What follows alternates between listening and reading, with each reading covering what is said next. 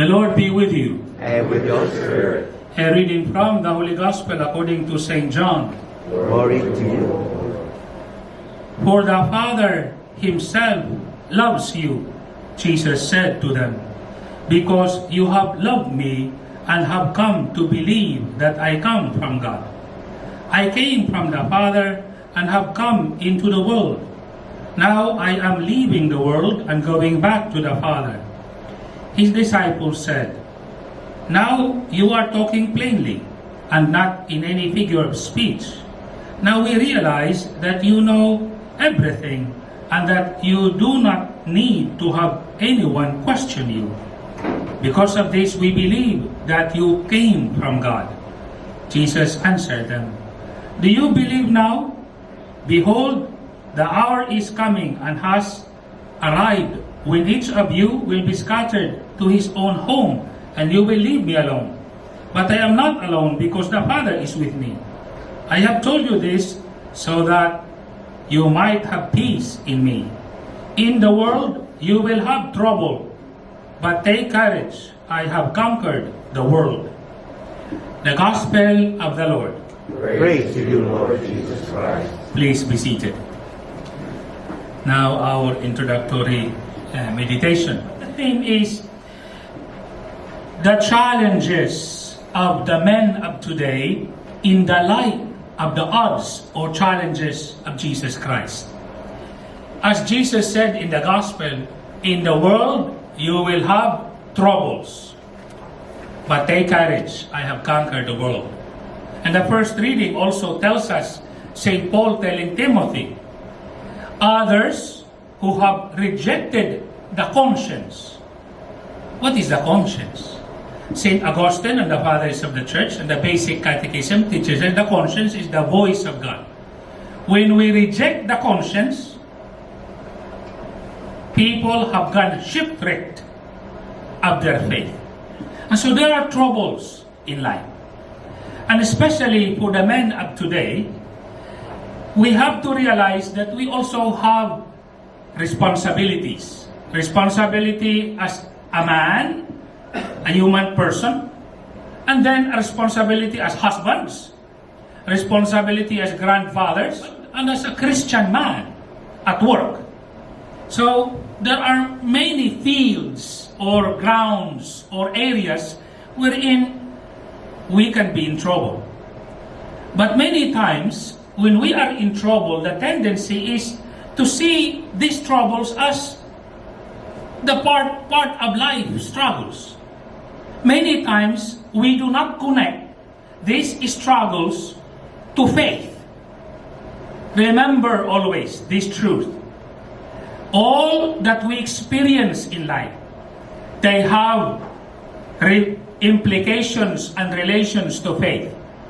Either they will build up the faith or they will destroy it.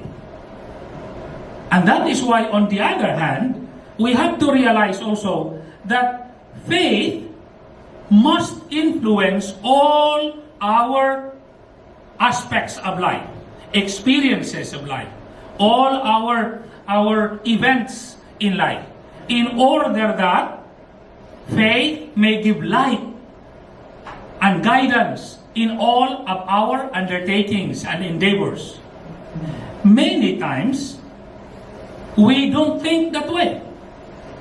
And so if we would like, therefore now, to grow deeper in our relationship with God, in our Christian living, we must consider the fact that faith has relationship with all our troubles. Of course, not only the troubles, but especially with all good experiences. They have to be considered. Otherwise, we might fall into what is happening in our time and context.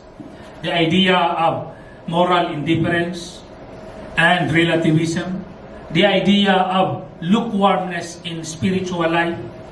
And so, in this retreat, let us consider this theme as men of today, men of faith. Be reminded, especially from last year, when I gave you the retreat, it was the men of today and the spirituality for the men of today.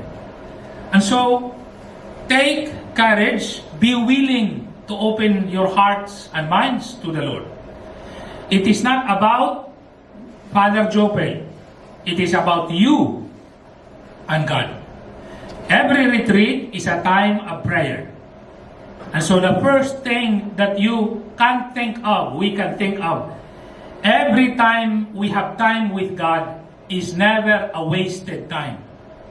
Even if you might think, I should better go home and watch football.